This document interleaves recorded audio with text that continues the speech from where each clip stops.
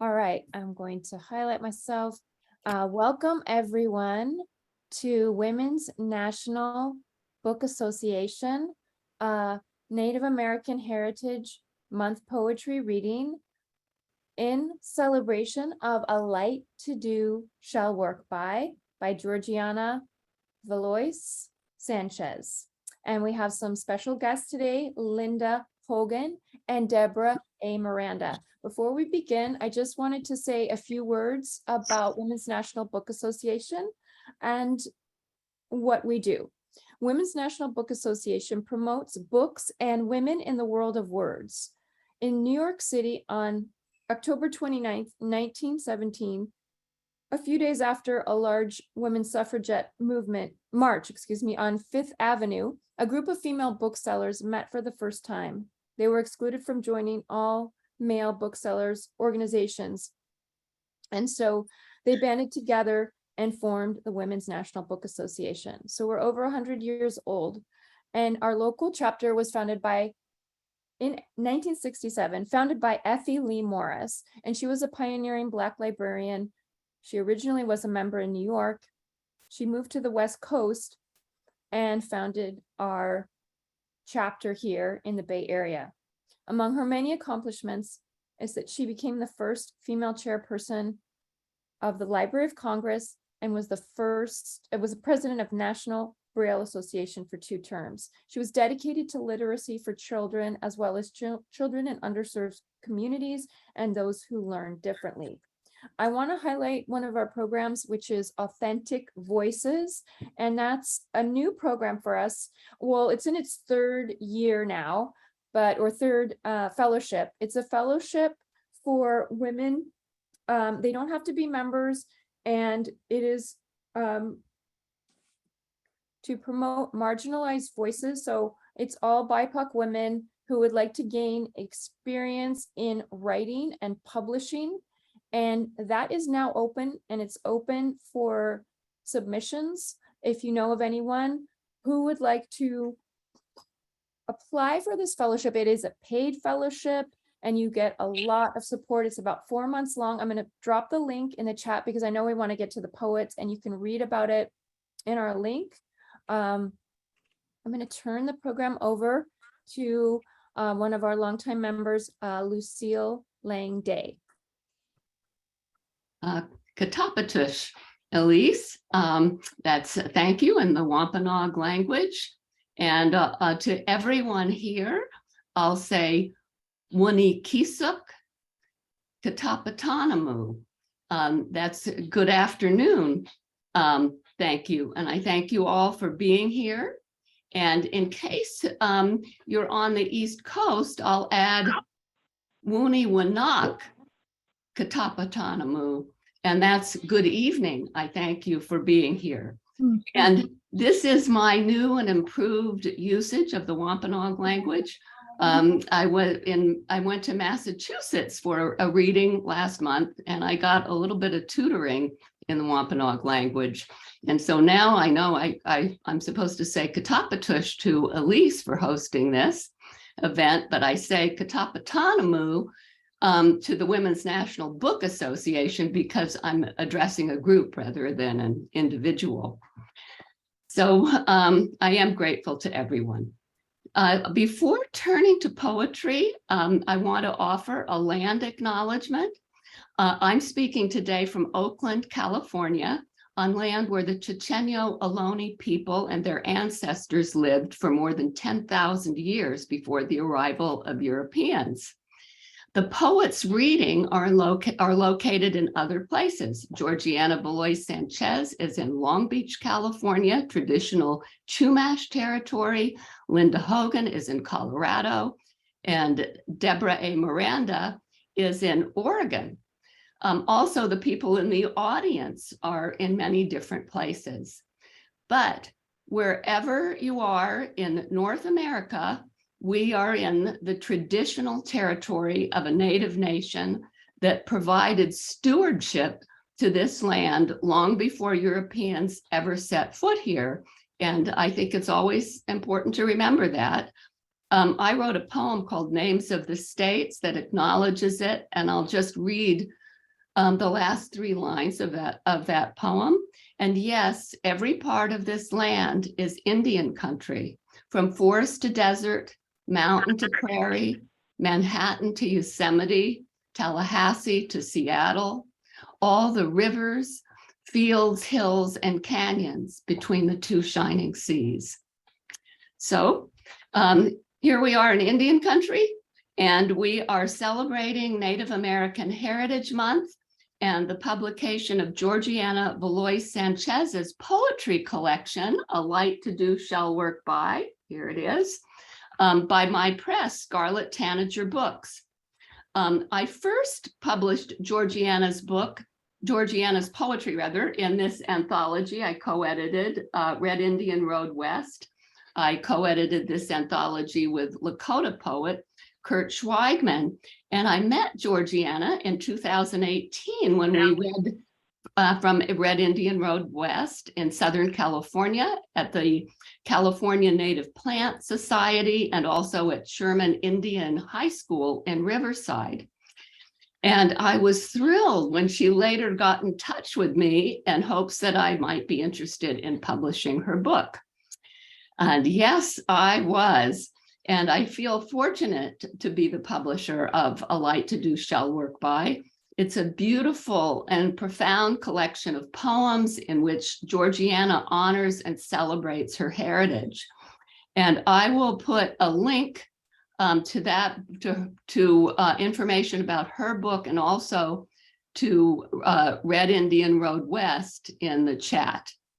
And so hopefully this will work. And there are the links to the two books. And it looks like Georgiana isn't here yet. She's been having some internet trouble. So we will start with a reading by Deborah Miranda.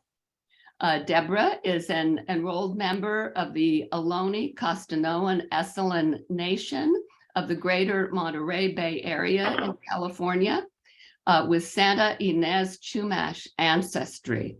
In addition to Bad Indians, a tribal memoir winner of the Penn Oakland Josephine Miles Literary Award, she is also the author of 4 poetry collections: Indian Cartography, The Zen of La Llorona, Raised by Humans, and Altar for Broken Things. I'll add that she's also a contributor to the anthology Red Indian Road West. She resigned her tenured teaching position in 2021 to focus on scholarship and poetry involving Indigenous California's history and literatures. Deborah's current project is a collection of essays based on the stories of Isabel Meadows, an Indigenous woman born in Carmel in 1846, who left behind extensive documentation of Indigenous cultures and histories in and around Carmel Mission in California. And I'll add that last night I was reading with one of Isabel Meadows' great nephews, Stephen Meadows, who is a poet and also has work in Red Indian Road West. So welcome, Deborah. Thank you so much. And I know she's not here, but Georgiana, we are so excited about your book. We've been waiting years for this. Can everybody hear me okay? Yes, I can hear you fine. Great. Okay.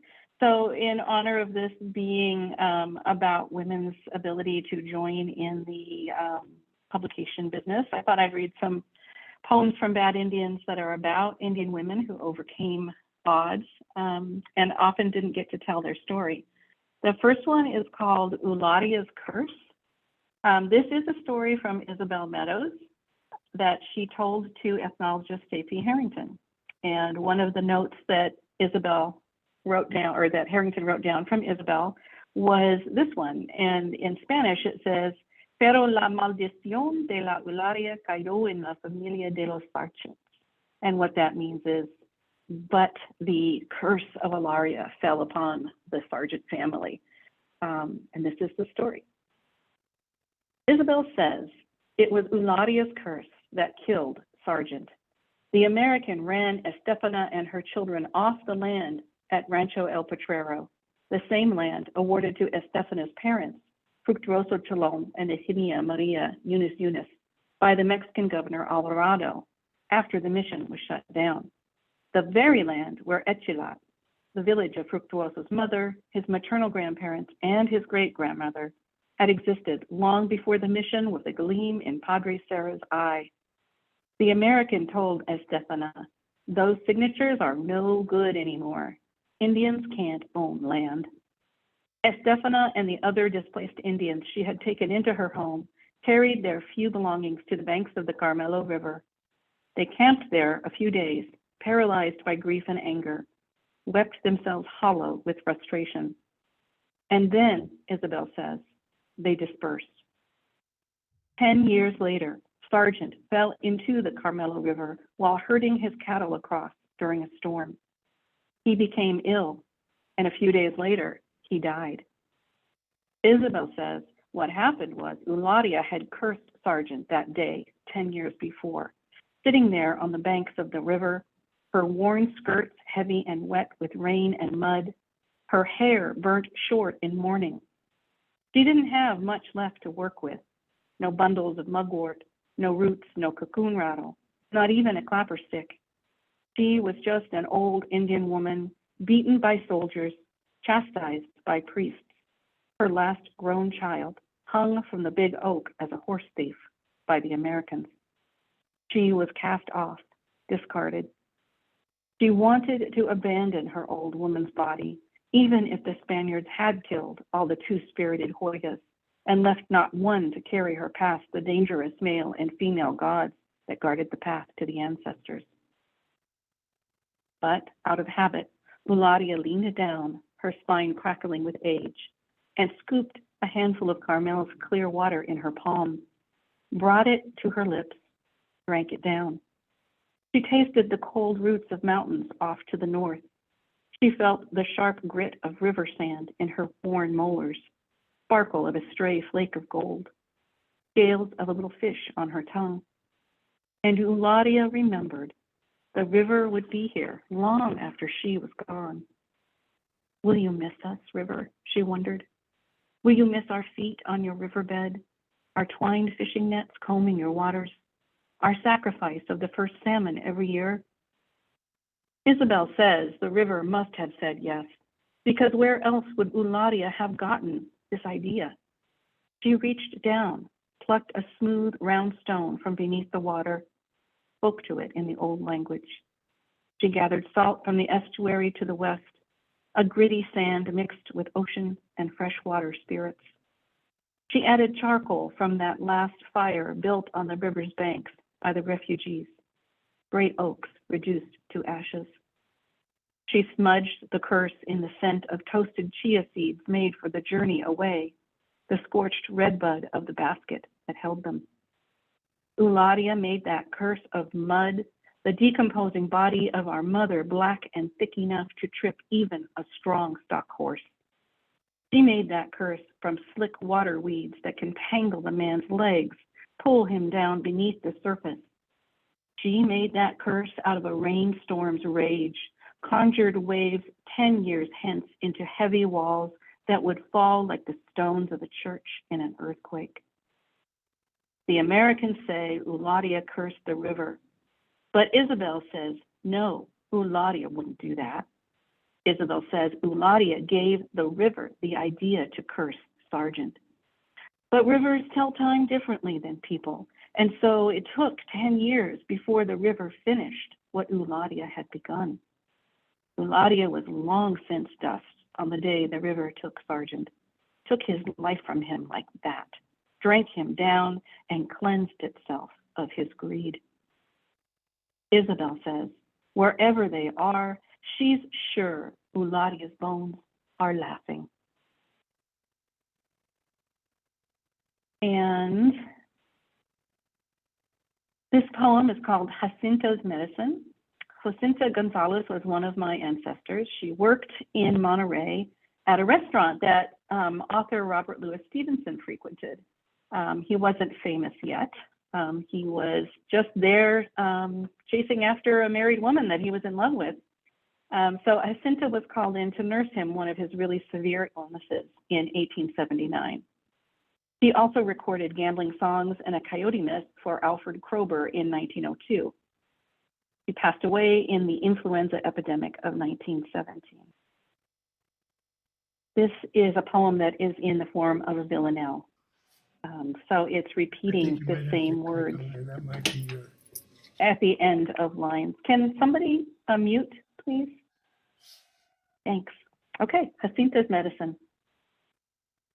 It was the same old story.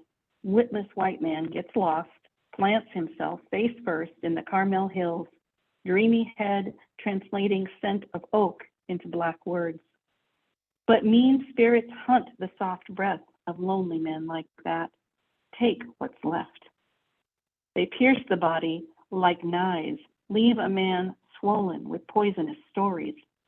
Now he lies abed, fevered, breath rattling in his throat like a dried up plant. They call for me. Jacinta, you know words. Come lay your hands on his forehead. But what I know are medicines from heads much older than mine, crushed leaves gathered from windswept hills, not words so much as roots, not roots so much as story. I made a plaster for his chest, planted a mugwort bundle under his pillow. Breathe, I hummed into his glittering eyes. Breathe. Heard the dark buzzing inside his head, knew the spirits wanted to supplant his soul. Between his fingers, I left the sticky cobwebs of a story. The only cure for ghost words are cleansing salty waves of words. Sail oceans, I said. Dream islands. Give breath to your own cure. Make up a story. Scare the poison out of your head. I'll catch it in my hand when it leaves, strangle it, burn it, plant the ashes under a redwood. I planned to stay up all night. He muttered words in his sleep. Pirate, treasure, shore leave. When the sun rose, his breath turned easy. His pale creased forehead cooled. Just one more hard luck story. My plants gave him back his breath. Together we dreamt words to clear his head, ordered poison to leave. The rest is history. I think I called that a villanelle. It's actually a sestina. Sorry. And then the last one that I want to read. Let's see, I'm looking at my timer. Let's see. It is a story that is directly from Isabel. And this is a new one. I just found it recently when I was at the Smithsonian. It's called The People Before. It's a sound poem, meaning I'm using actual words and lines from Isabel Meadows, which were recorded in handwriting by J.P. Harrington. The people before. The people from before, they were so old. They grew like mountains. The people before didn't cure themselves with doctors. They cured themselves only with herbs from the countryside and with songs. There were wild strawberries on the Carmel River banks, lots of them, sweeter than tame strawberries. Omasia knew the names of the constellations. She knew the Siete Cabrillas and told which ones come out in the summer. The people here did not say Don, Senor, but always Tío, Tía, or some relationship name, though they were not relations. Even to the Americans, they applied such terms. At El Monte del Diablo, Fortunato beat the devil out of all the Indians gambling there, and at San Antonio. When dancing, he used to make a big toad come hopping out of the fire. And they made cayucos, canoes before, abdulis. There used to be a big lake just this side of the Carmelo Mission in the time of Junipero, and the padre used to like to go out to ride in El Cayuco on that lake on Sundays. The Indian boys would take him out. The cayuco was woven of tules. I don't know how. When they hung her son, Santiago Tiques, from an oak that still stands, Omasia threw her acetone down where she was hoeing and cried, "They tear it, they eat it, they swallow our flesh, the Americans." A deer will attack a person, bringing both front feet down upon him, and they cut. Arnecio Tiques once killed an elk at El Peñon and had it hanging up at his house. We looked on it with fear. I remember seeing it as if in a dream. My brother later found the skeleton of an elk in the hills. I think it must have been the compañero of the last elk that was killed in Monterey. My mother knew how to say a prayer for the repose of the soul of him that buried a treasure. That's the way that one should do.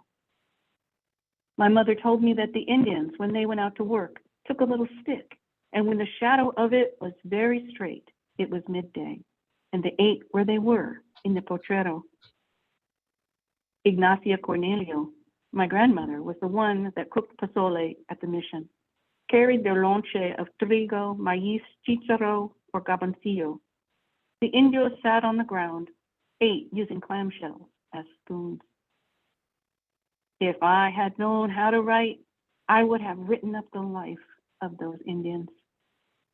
If they had not all died, the Indians here, the country would be full of them, telling stories. Thank you very much. Okay, thank you.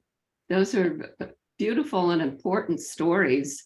And I'll add about Isabel Meadows. She's just an amazing person, and she recorded not only stories about the Ohlonies, but she recorded the Rumsen Ohlone language. And she did this for at the Smithsonian for the last 5 years of her life. She recorded the stories in language, and because she single-handedly saved the Rumsen Ohlone language and makes it possible to have a language recovery program today. So she was an amazing storyteller and archivist all in one. Right, and linguist. Yeah, just a really amazing person. So I think next we'll have Linda Hogan. Linda is a Chickasaw novelist, essayist, and environmentalist. She was born in Denver, Colorado, where she earned an undergraduate degree from the University of Colorado, Colorado Springs, and an MA in English and Creative Writing from the University of Colorado, Boulder. Linda is the author of numerous poetry collections, including Seeing Through the Sun, the winner of the American Book Award from the Before Columbus Foundation, and the Book of Medicines, a National Book Critics Circle Award finalist and recipient of the Colorado Book Award. Recognized for her contributions to Indigenous literature, she was inducted into the Chickasaw Nation Hall of Fame in 2007. In addition to writing, she is also an instructor, teaching creative writing workshops for students of all ages, and a lecturer, frequently participating at national and international conferences. Welcome, Linda. Thank you. Thank you, Deborah, for the wonderful reading too. And I see that Georgiana is also here now, and I'm excited. Yay. Georgiana and I have a history going back to maybe 1970. Is it, Georgiana? Where we sat on the beach and talked? Maybe she's not here. I thought I saw her name. I think she's here, but maybe she doesn't have her mic on. Oh, that's probably it. Okay, it just told me to unmute. Can you hear me, Linda? I feel like an outsider not being a Californian, but I'm just going to read a few poems in honor of Georgiana's book and Georgiana herself as a human being, one of the best. And it's hard to come by one of the best these days. So this is called The Given. Some say our lives come from the wind. The human, others say, is made by the mother of corn, or clay given breath, a rib, or comes from the great dreaming, a congress of words and songs. We walked out of the ocean barely and gave ourselves to earth, and the ancients gave us our secret names, knowing, being human, we would forget them. And yes, there was the one who carried a pitcher full with the nectar of immortality, given only to the gods. And the Chinese said there were 365 gods of the body, but to speak their name was to lose them.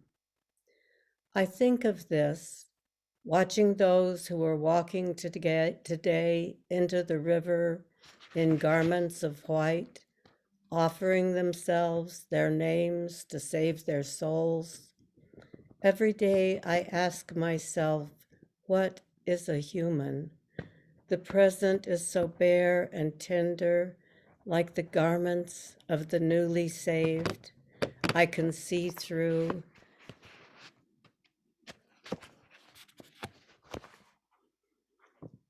Nipples, thighs, buttocks, and I wonder which of the 365 gods are inside the body today. And if in the future, when the air leaves your lungs, and as some say, you stand at the beginning of a tunnel, you remember your name. No, not that one, the real name, the given, the one lost somewhere along the way. Gentling the human. There are 5 holy places in the body: the heart, the spirit, the secret, the mysterious, and the deeply hidden. And the cat. These are the ones with the power of gentling the human. And the human is clouds, lung, mist, and heart, a pulse at the wrist, and the spirit which belongs to the mountain. And since it said we come from the east, where first life might pass over a lake one day, or drift toward the ocean like the wind it came from, or follow a slant of snow, then there may be one of these, a place where the spirit sets down. It's said too that we come from the wind, born from it, yet we are given flesh and bone, the milk teeth which fall when a child passes through. A human is breath, current, and tide, yet merely a woman of light, a man of fire, the bare skin so vulnerable, fragrant, and leaf-blessed as we are. Here she comes walking.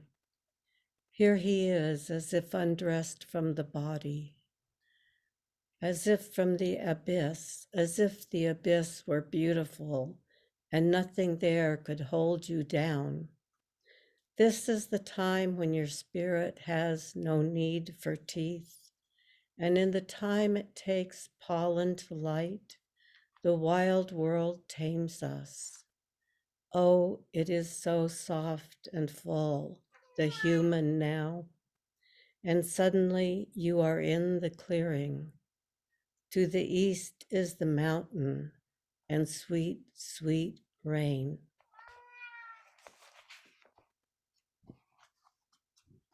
That's my friend, little guy with the big voice. I think a lot of Georgiana's father that I knew, and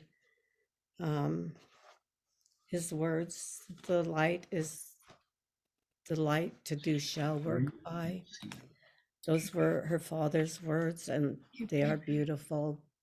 And he and her mother were beautiful human beings as well. This poem is called Embodied. And it's very different. Our part of the country is very different than your part of the country. We're originally from the Southeast, and then I'm working around material from the Northeast and Southeast. So this poem, in a way, fits in between those two countries. I am embodied first by the numbers given my grandparents. As trembling, they signed the Dawes Act.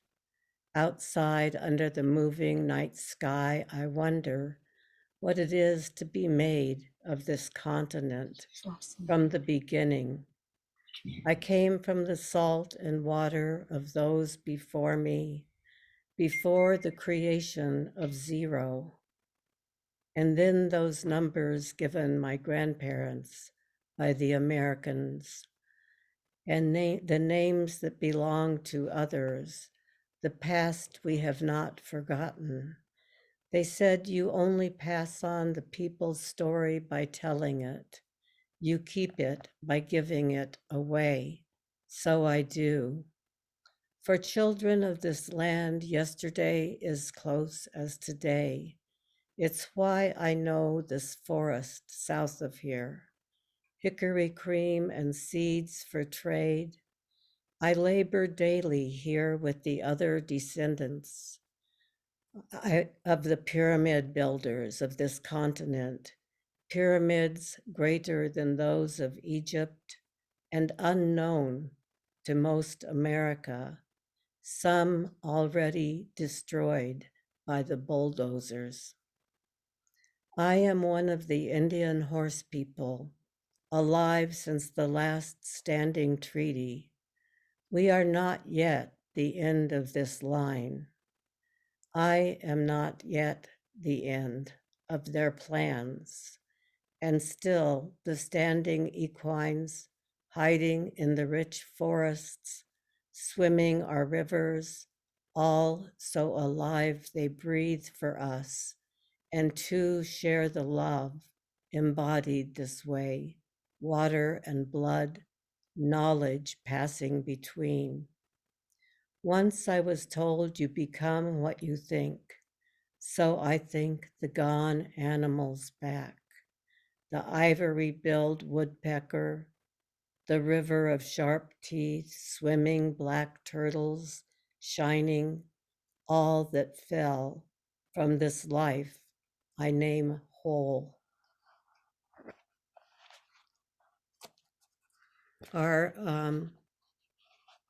Mississippians built the poverty mounds, which are too long to explain, and so are the pyramids in Cahokia for people who are not familiar with that part of the country.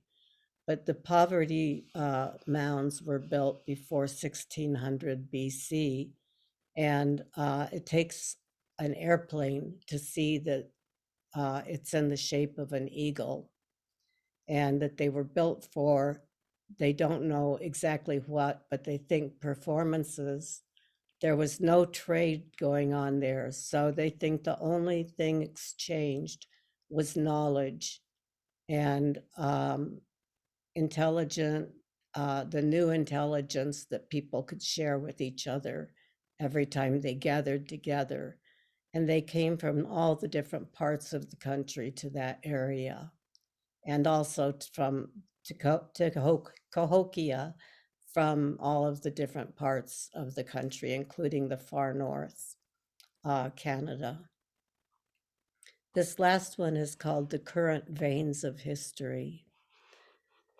The current veins of history are open as worlds and borders redefine themselves.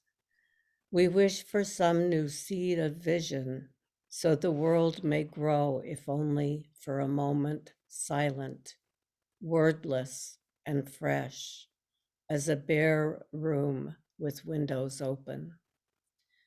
Friend, even you I may not ever know, none of us alike. We are all in the same rushing current of life, each with our own one-celled beginning, primordial life opening to step out toward years of living with stories of those who birthed us. We hope flowing with love, even with childhoods of hurt from being human. And for a time, it seems all fine. In this moment of stopping, in the room with curtains billowing, for just this moment, can't we touch one another and ask about our lives? Even the earth knows these veins that run like rivers of sweet water into countries great one day, gone the next, or flowing into one another to create something new. As we are silent in this moment, to be a friend, no weapon, not even arrows of words, not just easy human waters together, be like the animal that opens hardness and carries inside a pearl, or a goddess that steps out to a new human accord. Okay, thank you. And hello, Georgiana. Oh, thank you, Linda. That was wonderful, very inspiring, and very affirmative. Thank you. And Georgiana, I'm so glad that you made it online. So yeah, and I'm going to introduce you, and you're going to need to unmute yourself because you're muted right now. So as you all know, Georgiana Valois Sanchez is the author of the poetry collection we're celebrating, A Light to Do Shell Work By. Georgiana is a descendant of Islander and coastal Chumash peoples from her father's lineage, and Oadam, Acamel, and Tohono from her mother's lineage. She is currently an enrolled member of the Coastal Band of the Chumash Nation and chair of the Chumash Women's Elders Council for the Wishtoyo Foundation. She taught many different classes for the American Indian Studies program at California State University, Long Beach, including 2 classes she designed: World Genocides, an American Indian Perspective with graduate student Anna Nazarian Peters, and Conduits of California Indian Cultures, Art, Music, Dance, and Storytelling. She retired from CSULB in 2014 after 27 years. She was a board member for many years at the California Indian Storytelling Association, and she continues to be an advocate for California Indian languages and sacred sites. Her poem, I Saw My Father Today, is on display at the Embarcadero Muni BART station as one of 12 poems cast in bronze and placed prominently in San Francisco. So, Georgiana, welcome. I'm just thrilled to have this event and to be celebrating your book. Thank you so much. Can everyone hear me? Hi, Deborah, my dimples girl. Oh, I'm so glad to see Linda and Deborah. They have been my mentors, my friends, they're not afraid to tell me the truth about things, and I really love them very much. They're also my heroes. I taught from their works for many years.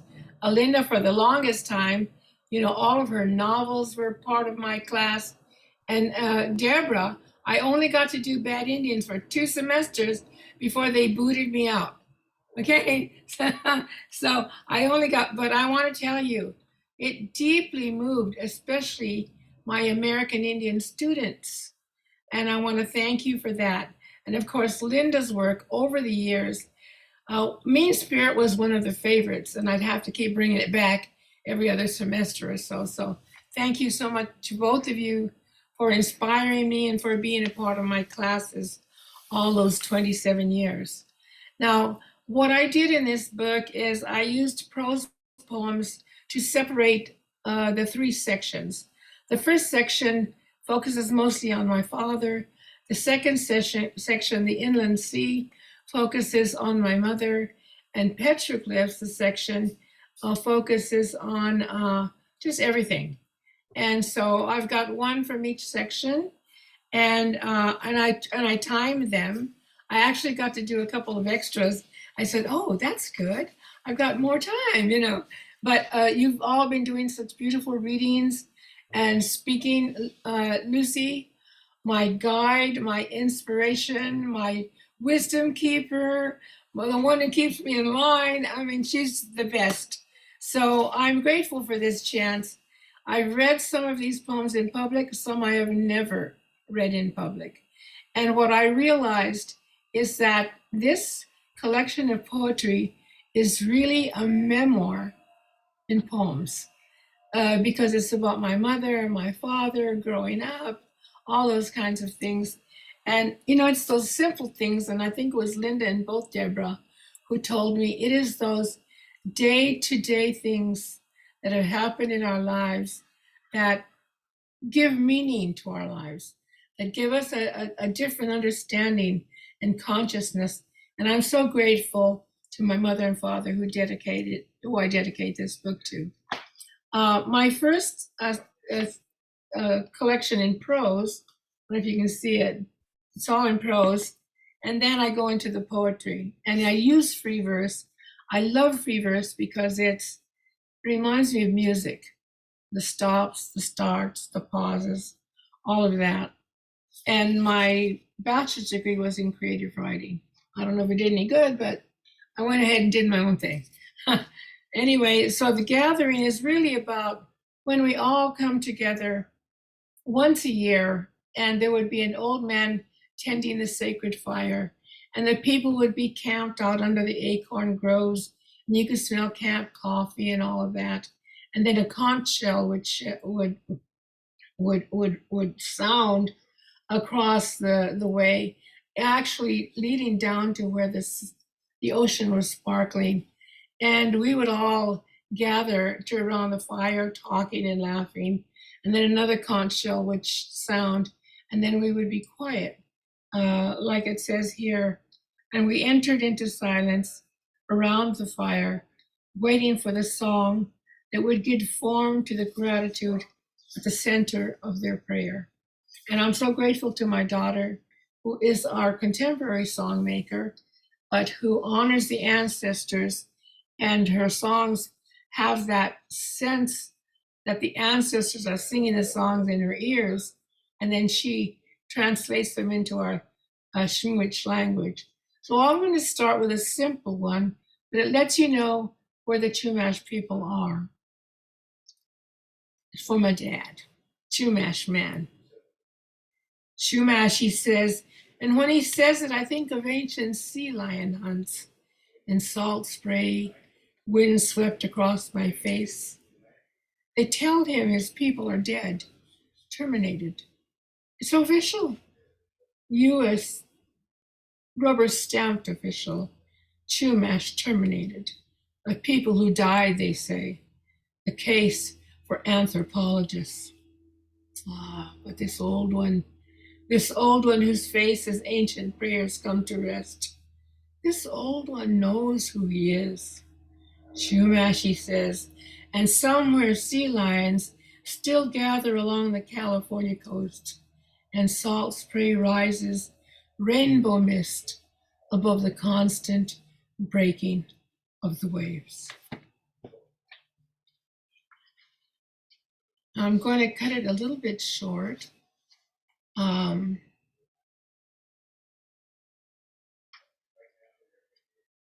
put weird stuff in here. I'm going to go straight to Inland Sea because I'm going to end with Dad's poem that the title of the book is named after, the last words he said before he died. The Inland Sea. This is a prose poem that designates the second section of the poetry book. The desert was in bloom.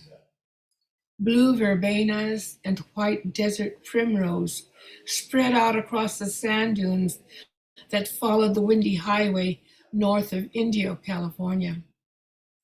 Red flowers as small as the tip of a newborn baby's finger bloomed next to seashells in wind-cleared patches of speckled earth.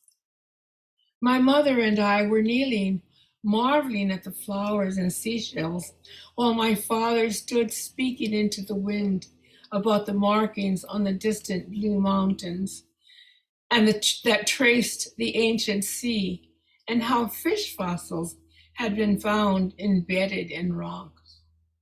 Wind whistled through the flowers, and sand whirled and rose like sea mist. My father knelt beside us, cradling the seashells and flowers, and the song of wind on water blew across the desert like a prayer.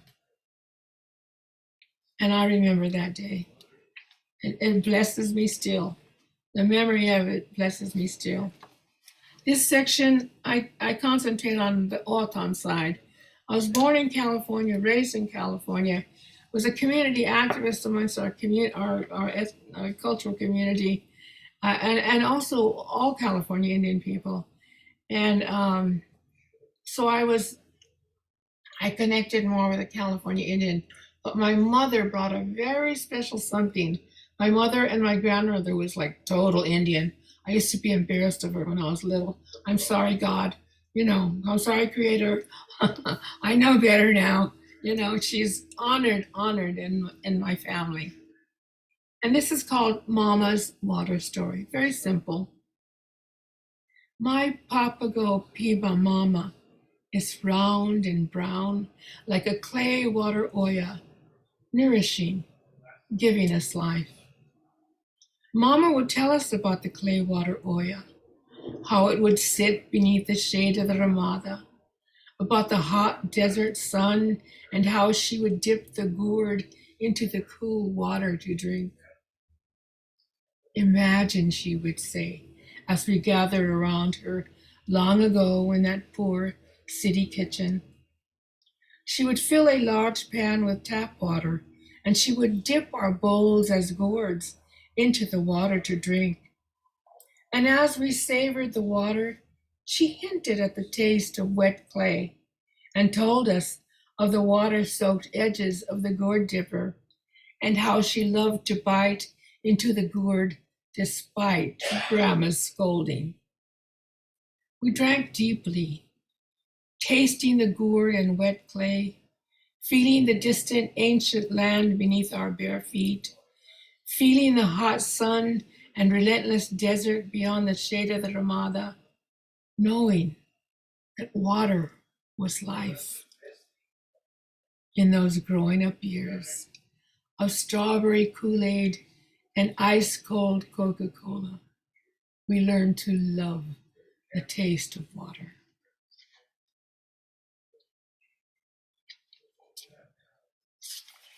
I wanted one, I'm reading this for Deborah. There's so many here, long ones, short ones. I'm reading this for Deborah because she got it. When she wrote her blurb, she got it about the old dog coming from under the house and talked about home and those kinds of memories that we have. Now, Mom and Dad usually had 4 or 5 dogs, but I thought too many dogs in the poem would kind of be a little ravelly. So I just put the one old dog out there, but he represents like about 4 or 5 dogs. People would leave their dogs at the entrance to the reservation. Dad would see him there, feel sorry for him, come on in. They'd get in his old truck or his old van, and they'd go and he'd take them home. And they'd be part of the family. So this one is one dog, but he represents all 4 or 5. And it's called Stardust. This is for Deborah.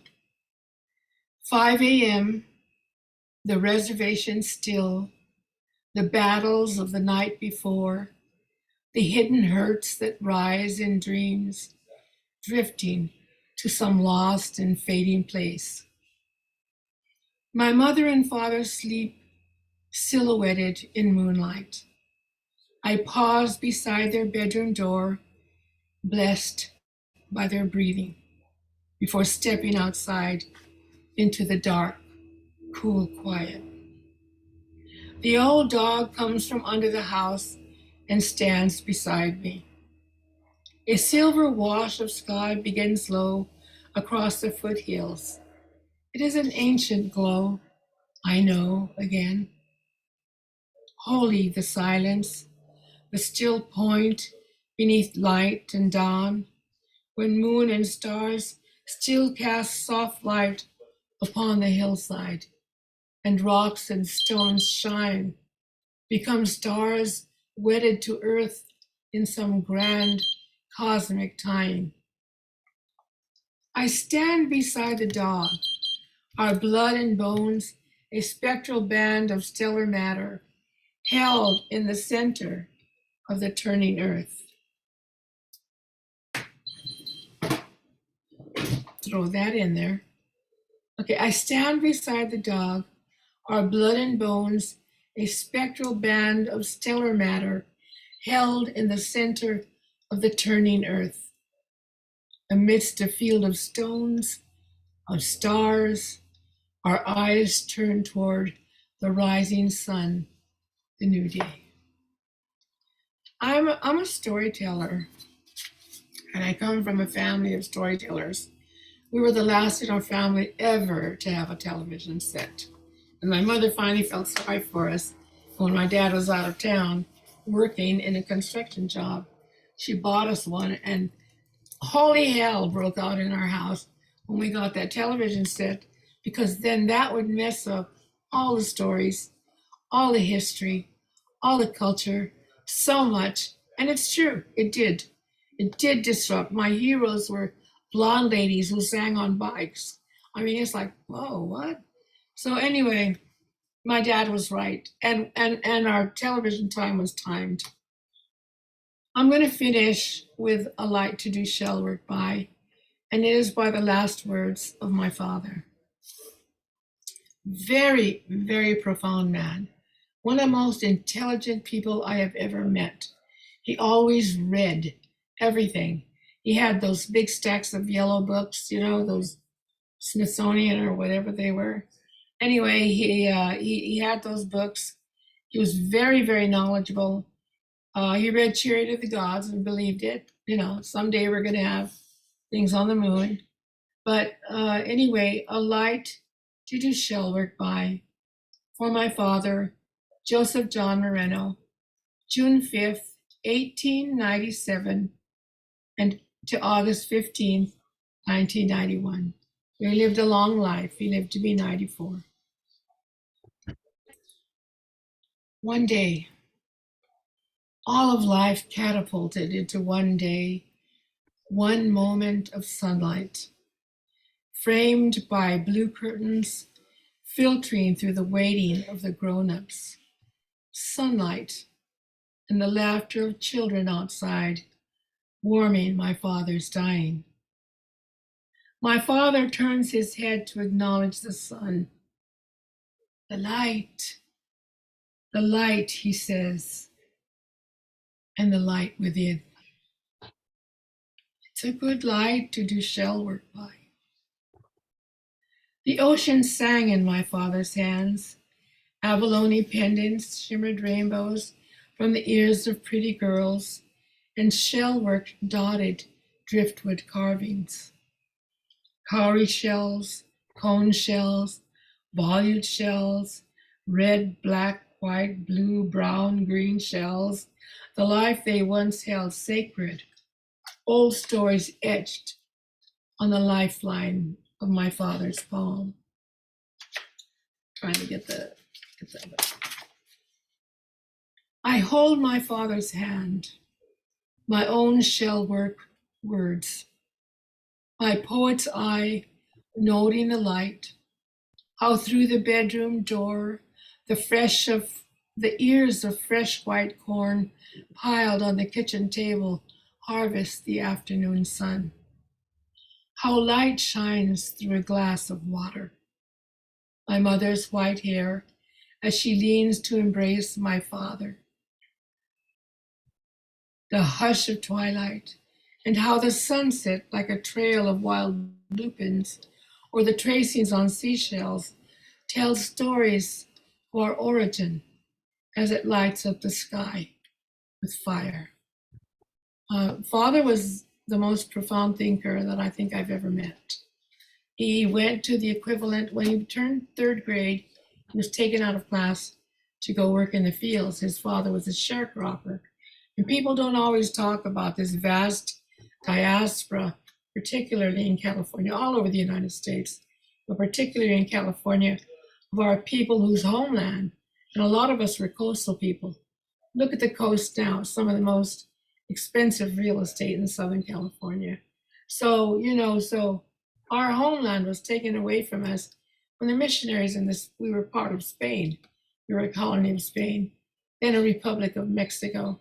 And then when the American people came and the gold rush came, then actual slavery took place. And I've documented over the years of my studies and research about that very pronounced slavery that took place here. And women and young children brought larger monies. Well, remember, there were a lot of men, unmarried men, or married men who had no women, and the women would be. So, Louis, I want to congratulate you, sweetheart. I'm hoping you're still here. I wanted to congratulate you on your book. Deborah showed me some of it, and I'm so proud of you. And so we're out there telling our stories. And I am so grateful for Lucille Langday again, to my mentors, Linda Hogan, Deborah Miranda. My daughter Deborah is also my mentor, my teacher. She's my language teacher. We brought our language home, and Deborah just took off like a rocket with our language. And she is my primary teacher. And so I am so grateful. Kakinalin you. Thank you very much. And thank you, all of you. Oh, and I brought one of my dad's shells. This was one of my father's shells, and my niece made a beautiful necklace out of it. And you can, I don't know if you can see this. This is what, and I thought, I did all kinds of things. I did sage and everything, so everything would go well. And I couldn't even get on. So I guess that's what happens when you're 82 going on 83. I look good. I've had no face work done. It's all makeup. It's all makeup. But I've had a hard two months, as Lucille knows, and I'm just barely getting back to being normal. I can walk without a walker now, and I'm so grateful. Lucille, thank you for this. Katapatash, thank you too. That was Kakina Lynn, my darling. Thank Kakina Lynn. Was really wonderful. And I want to now open this up to questions from the audience. If you have questions for Deborah or Linda or Georgiana. And if anybody has a question, you're welcome to unmute yourself and ask it. I just wanted to say one thing. Linda, I had the chance to be first or last, and I said, I wanted to be last. Because, was it last? First? You said first. You wanted to be first. I wanted to be first because I didn't want to follow Deborah Miranda, one of my heroes, and I didn't want to follow Linda Hogan, one of my heroes. I mean, these people have been in my life for years, and I have studied out of their works. My class has been moved by their works. I have been some of them I've read over and over. And I always find something new in one of their books or in one of their poems. So I wanted to be first because I did not want to have to follow these the big guns. And look at me, I ended up last. That's how creative works. Get a hold of yourself. Get a hold of yourself. Yeah, it worked out fine. You were meant to be. And I'm in the kitchen. I'm not in my beautiful office that I worked so hard fixing up with all my books and everything. I'm in my kitchen and God only knows what's back there.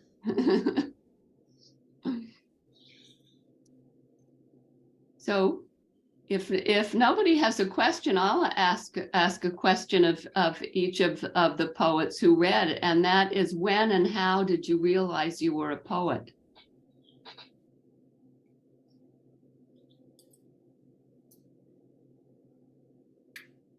I'll tell you.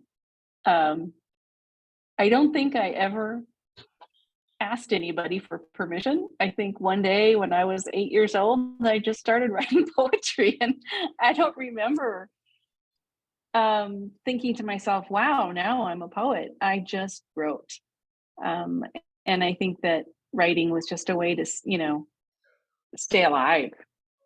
Basically, I needed to tell my stories. And that's all there was to it. I think as an adult, I kind of felt the same way when I began publishing. I don't think there was a moment. I think it was an internal thing. I just always needed to do something with language. So no big moment. I get that. Writing is a way of being. Yes. I was 20, in my late 20s, and it was the first time I'd ever read contemporary poetry. I worked with kids I worked with physically handicapped kids who had thalidomide problems or cerebral palsy or muscular dystrophy, different kinds of problems. And I was working with the kids, and I loved my job. And then I discovered contemporary poetry, and I thought it was so magic. It just changed my life. And I started writing as much as I could, lunch hour, weekends, nights, anytime I could, I would write. And I still feel that way. I still see a poem that's beautiful and it's still magic. And I still find a line that I feel that way about. And it's like the most amazing thing to me. And I couldn't believe that I just kept doing it, but that was all I ever wanted to do for the rest of my life. And then I had to turn it into fiction to write a certain kind of story. So I changed genres for a while, and then but I always write poetry no matter what else I'm doing. And so now I'm doing essays for an institute, and I'm working on those, but I still do poetry. So it's always there. It's always my magic. I remember being very young. We were living at my grandma's house. We had no other house to live in. We were always moving from one poor house to another, and ended up in the housing projects for a long time, 2 housing projects. So our lives were kind of spare. But I remember telling my daddy, and I must have been about 5, I said, Daddy, life is like a rose. It's so beautiful, and then all the petals just start to fall, and the rose dies. And my father thought that, he's so astute anyway, he just thought that was so beautiful. He took me in for me to tell some of the other grown-ups, and we had a lot of family in there to hear what I had to say. Some of them got it, some of them didn't. But the main thing is my father did. And then I took up creative writing because I wanted to be a voice for the voiceless. And poetry was where I seemed to be at home. I was a short story writer at first. I loved short story genre, but I ended up with poetry, cutting it even shorter. And then like Linda, and Linda was one of my first editors. Oh my God, you should see when I was working on what was then called Death Song, but she concluded that House of Bones would be a lot better. So my novel House of Bones is about 2/3 through. I'm at a really hard place because we're in more contemporary times. And Linda helped me so much. I mean, afterwards, I just asked myself, what would Linda do? What would Linda say? cut that crap out, You get right to it or something, or you're being too academic. But what kept me from a lot of writing was my um, unimaginable love for teaching. I absolutely love teaching. I mean, 74 years of teaching. Can you imagine all the time it took away from a lot of my writing? But like Linda, I also wrote, and so I have tablets with poems that are sort of just being worked out. And some of them I like so much. I'm sure they're going to come alive someday. But that's kind of where I got started when I noticed about Rose and connecting it somehow to life. That's for a little girl about 5 years old, that's a lot. My father thought so anyway. I don't know how many tablets you have, but I'm having to get a storage unit. Yeah, I know. It's like, oh, it's so good to see both of you. You Good to see too, my daughter Georgiana. was You here. look great. Thank you. Thank you. I'm going to be 83 this month. I know. I mean, I don't need, and it's like every day is special. And I've been through such horrible times since September when I fell. And I love Linda because she put me back into order because she says, "Welcome to my world." Okay. It is something that a lot of us go through at times, but I'm grateful to see both of you, Deborah, Lucy, well, all three of you, especially, and then Lu Hui. That's my name also, my darling. My father gave me that name. So my name is Lu Hui. Kakti Lu Hui Ichmuch. I'm just really grateful to be here with two of my biggest heroes. Thank Yeah, you for it's making me part of wonderful. your life. Thank This you for is your wonderful. blog. I love Mm. your blog. I loved it. I traveled while I was all Oh, the cross country blog? Yeah. I loved it. I'm glad. Also, just now that I'm in a different area, but coming from Oklahoma, southern Oklahoma too, I will say that the tribal people in California have it so much more together, have pulled things so much more together than we have. It doesn't matter how hard I work or how hard any of us work. I just keep going.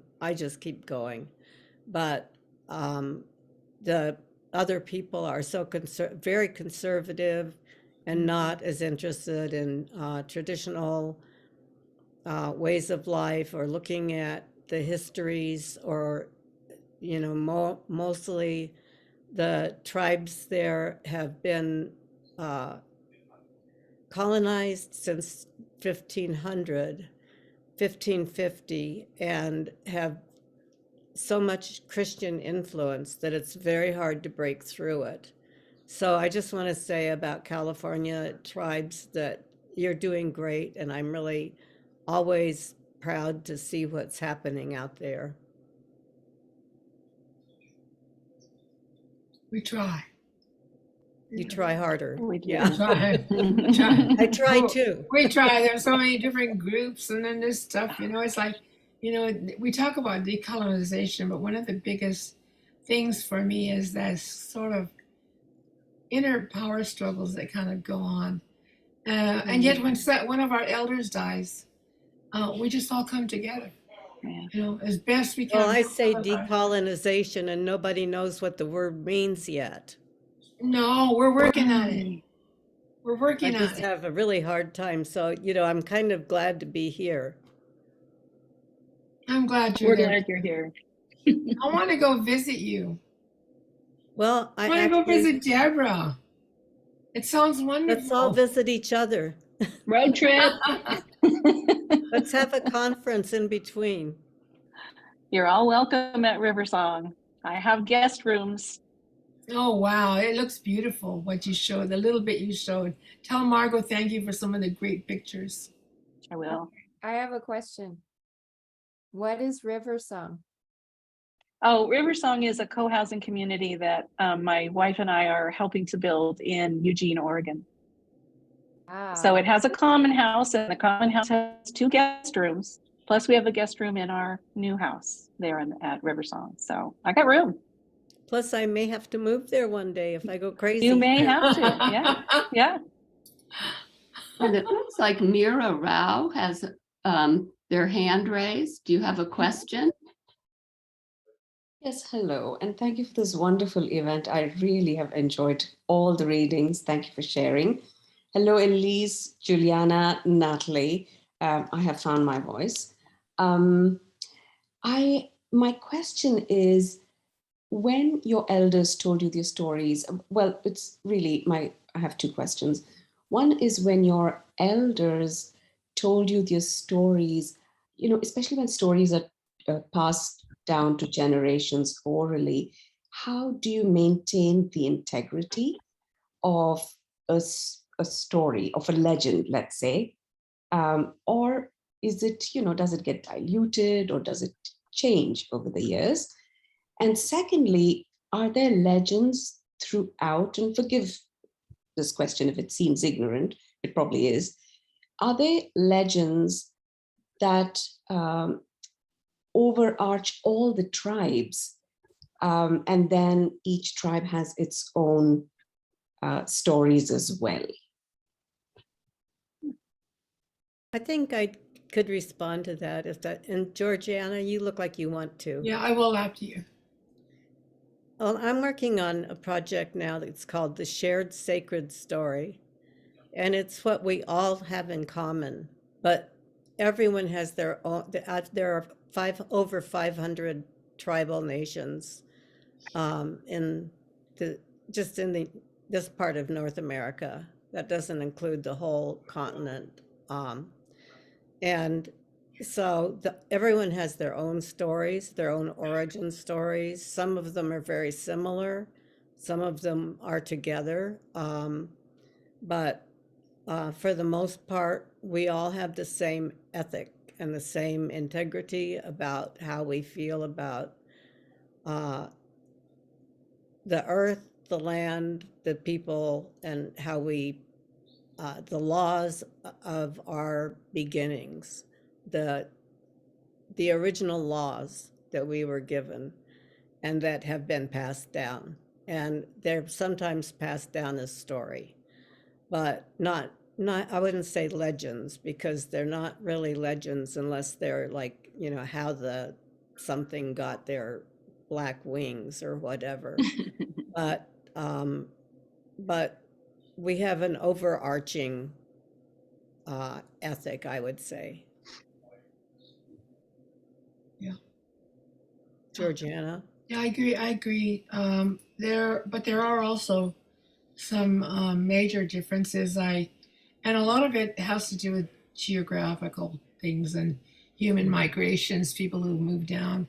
A lot of our Chumash or Shmuich, especially coastal Chumash, but all of the Chumashian speaking peoples are, we believe, might have gone further south.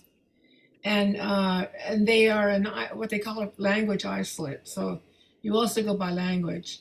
And we're in many ways compared to the Kumeyaay, people who are down south, Right. like San Diego, Oceanside, around those areas, and then down into Mexico, and the Ipai and the Tupai people.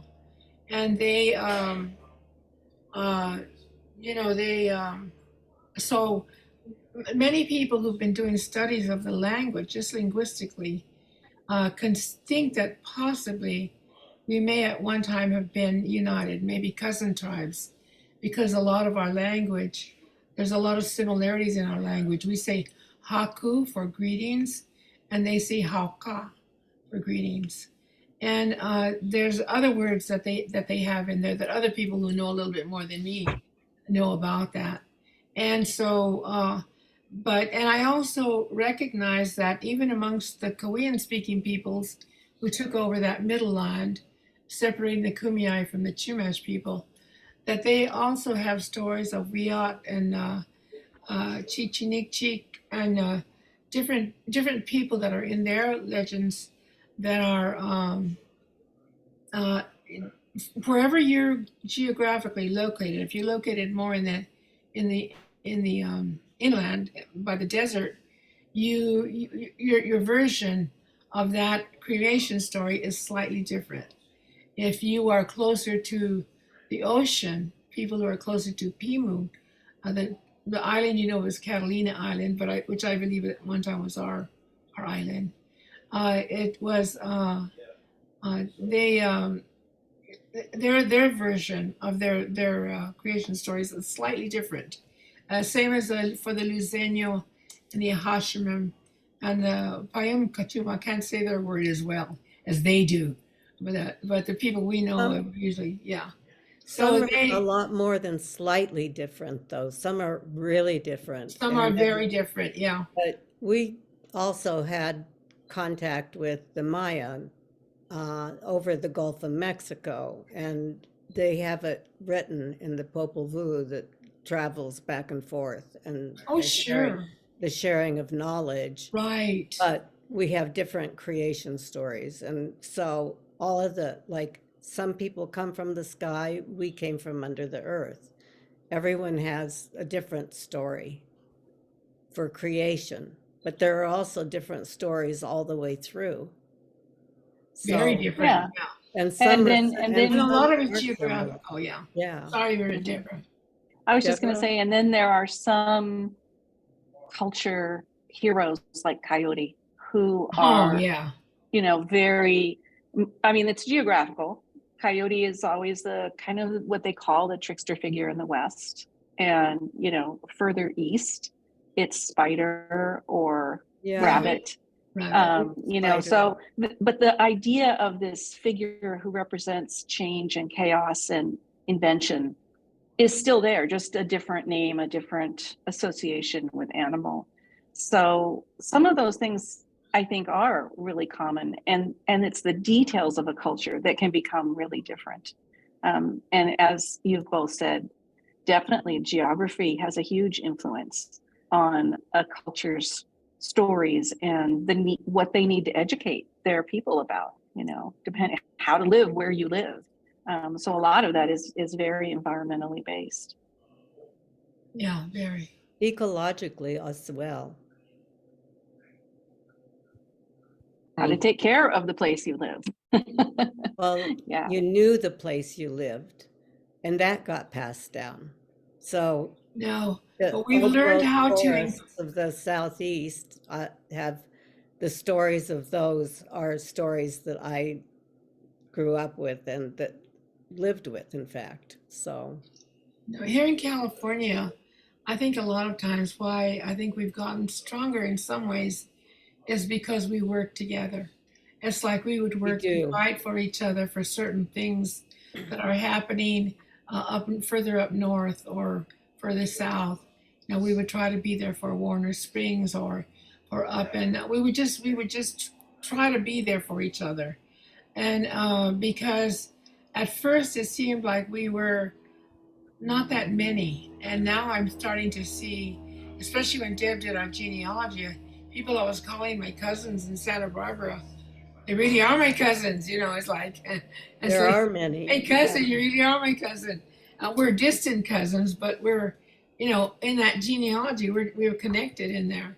And so, and they've lived in Santa Barbara all their lives for generations. And that Right. was one of the rules for federal recognition, to have a land base that you lived in. But of course, our major land bases were taken away.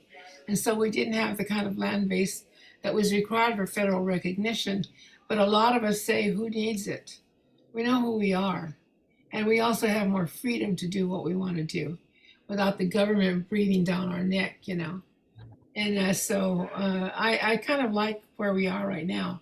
Later on in the future, let's see what happens. But right now, I like where we are right now. Well, and we live in a place that everyone was being chased from everywhere, from the whole country. So into Mhm. Oklahoma, Right. which has now been called a sovereign nation itself. So Well, when my grandmother Santos, God, she was was born earlier than my father, and he was born 1897. But she never believed that Oklahoma was a state. She always believed No, it wasn't. that that was Indian territory. She It's was always not. in IT. The English, no, that's not a state. That's Indian territory. Yeah. Still is, in a different way. Deborah, did you want to add something? Oh, does anybody else have a question? Because I don't want to There was usurp a- anybody's question. It was a That's a question good idea. directed to you. There was Uh, what? Natalie Obando, she's also our national president. She asked if we could do a writer's retreat at Riverside. I don't see why not. Once we get settled in, there's no reason why we couldn't. I just wanted to tell Georgiana, my uncle Tommy, my dad's brother, lived in Santa Barbara his whole life. He died there, and the story in our family is that when his dad, my grandpa Tom, was dying, he started speaking a language that nobody could understand. And Tommy went and sat next to him and listened. And after a while, my Uncle Tommy started to understand what he was saying. And he couldn't believe it because he'd never spoken an indigenous language in his life. He spoke Spanish and English. And I don't know how he realized this, but he realized it with Chumash. So he went down and he went to the Santa Ynez Reservation, and he found some old people there who still spoke some of the Chumash language, and he started talking to them, and he realized he could speak it and he could understand it. And this was when he was in his 80s. And the only thing I can figure out is that he must have heard it as a kid. Right. And just once he left the house, it was never useful anymore. And his father, the interesting thing is his father wasn't Chumash, his father was Esalen. So I'm thinking maybe he learned his wife's language, because her grandmother and great grandmother both lived near them. And so they would all get together and speak in Indian. So I think he might have learned it to survive. You know what, too, sweetheart, is what I realized. Number one, we were a multicultural peoples here before any of the people who came over from all these places from Europe. Many of us could speak more than two or three languages. We had to. Our neighbors were right next door. Our Yokuts, if we went further north, the Esalen, we had to learn how to speak to one another. Yeah. So many of us were trilingual or more. Apparently my grandfather on my great grandfather on my mother's side, he was captured as a kid when he was Apache and raised as an Apache till he was about 18. He spoke more Apache than he did Pima, but he also spoke Spanish because the Apache spoke a lot of Spanish. Right. And so he, I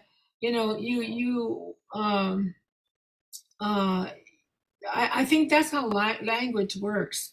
And because we were so closely packed, I don't know how many languages there were here in California, probably about 100 at least. Some say 80, 500 maybe maybe 100 or more. Yeah. That we had to learn more than one language if we were going to be trained. Yeah, and also in the missions, especially, I mean, they would put multiple tribes together in the missions, and the languages, were imperative to try to keep things from the Franciscans and the soldiers. They would, That's right. Yeah. speak in Indian while they were learning Spanish and eventually English. So yeah, multilingual people is where we come from. I have to apologize, but I have to go give my cat his shot. Well, actually, it's 5:30. And so it's time to end this wonderful event. And I thoroughly enjoyed all of your comments and the conversation, and all of your readings were fantastic. So thank you very much. Thank you. Kapatanamu to everyone.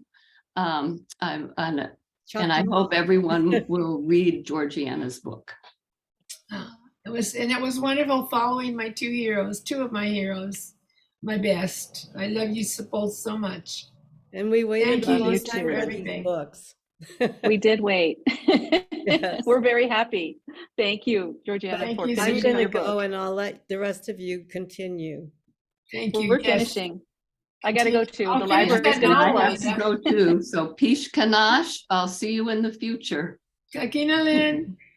Micheni Palala. Thank you, Say hi to your everyone. sister, Deborah. Bye. Bye.